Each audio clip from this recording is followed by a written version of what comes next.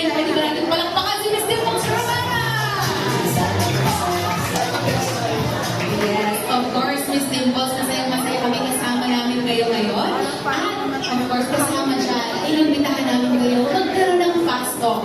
Ayan, gusto ba natin magkaroon ng fast talk with Miss Dimples? Excited na ba kayo sa sagot ni Miss Dimples? Ayan, Miss Dimples. So, here's your microphone.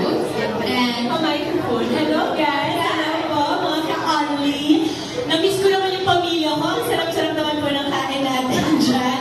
Enjoy lang po. Ganyan-ganyan din kami sa bahay. Yes!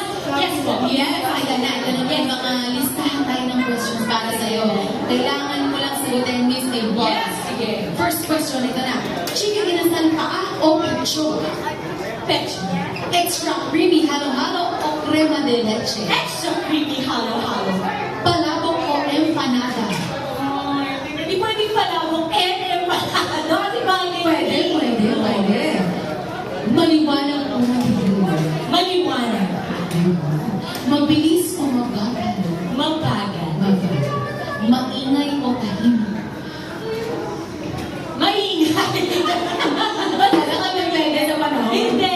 Ganun ako maingay. Yes, maingay talaga. Ayan. Susunod naman ay maalat o matamis? Matamis. Yun. Sweet tooth para sa Miss Dimples. Super. And last but not the least, paboritong halo-halo. Extra creamy halo-halo of Mang Inasal.